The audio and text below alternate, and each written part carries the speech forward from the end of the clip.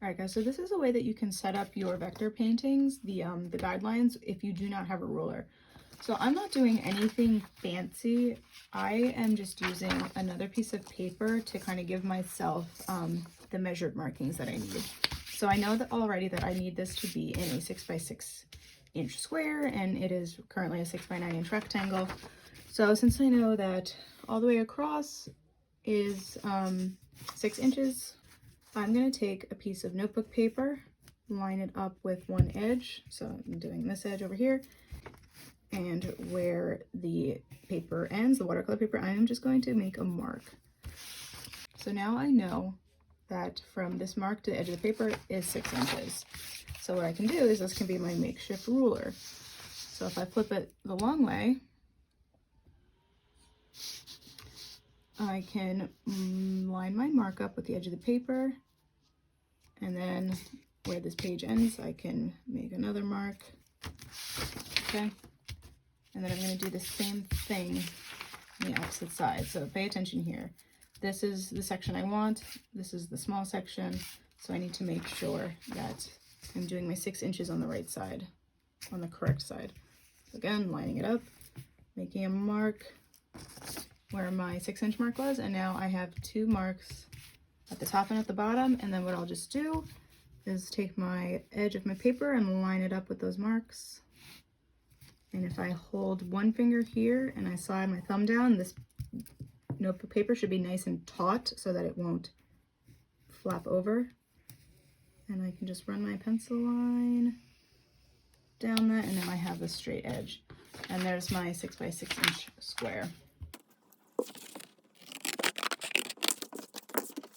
Okay, and now we still need to measure a little bit to get halfway. So 2 options. You can eyeball it, but I think you can still get a nice measurement. So I still know that these, from this mark to this edge, is 6 full inches.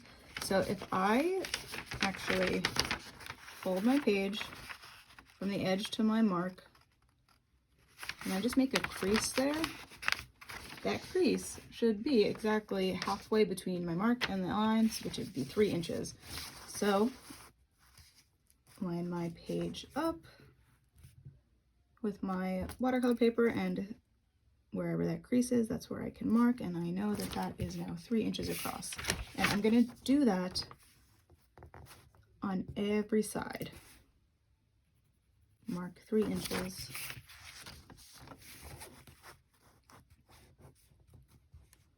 Make sure it's lined up. Mark 3 inches.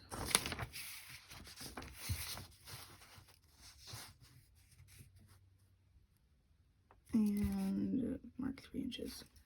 Okay, so again, I have these 2 and then these 2. And same thing, use my paper to give myself that straight edge.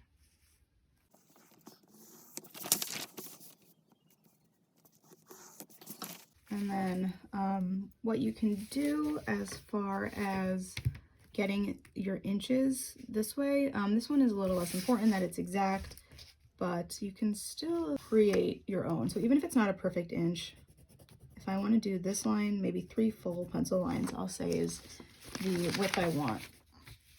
So if I line one of those marks up with the center, and then make sure that my notebook paper is going all the way perfectly diagonal across,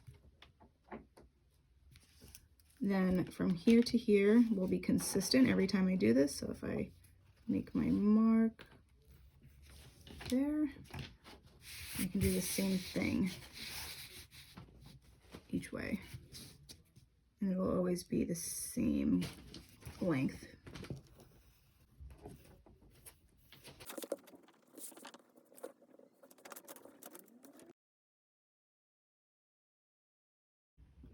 And then I can do the same thing in the corners.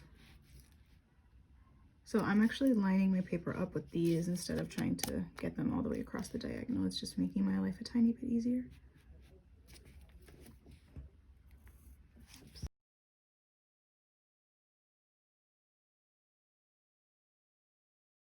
All right, and from here, you don't need to actually measure anything. You just need something with a straight edge. So if the paper is not cutting it, you can use the illustration board that I gave you, or what I might do is just fold this in half so I have a thicker paper edge to work with. So from here, this is the same as what I've done with the ruler. So just matching up the ends of all of these middle diagonals to the ends of my horizontal and vertical lines.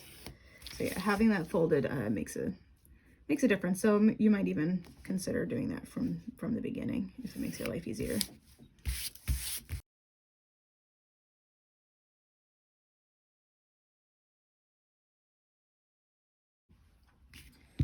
All right, once you have this 4-pointed star in the center, you can connect the ends of those horizontals or the points of your star now to the corner diagonals all the way around.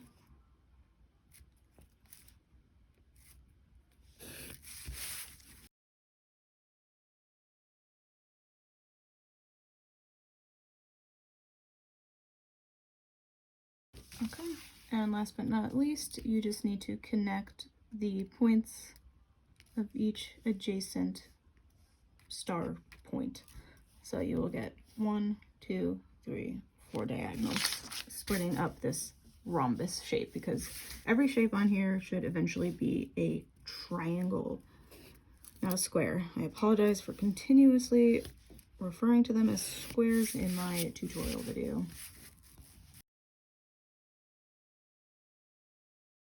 Okay, and that is what you should end up with, and that is how you can do this without a ruler.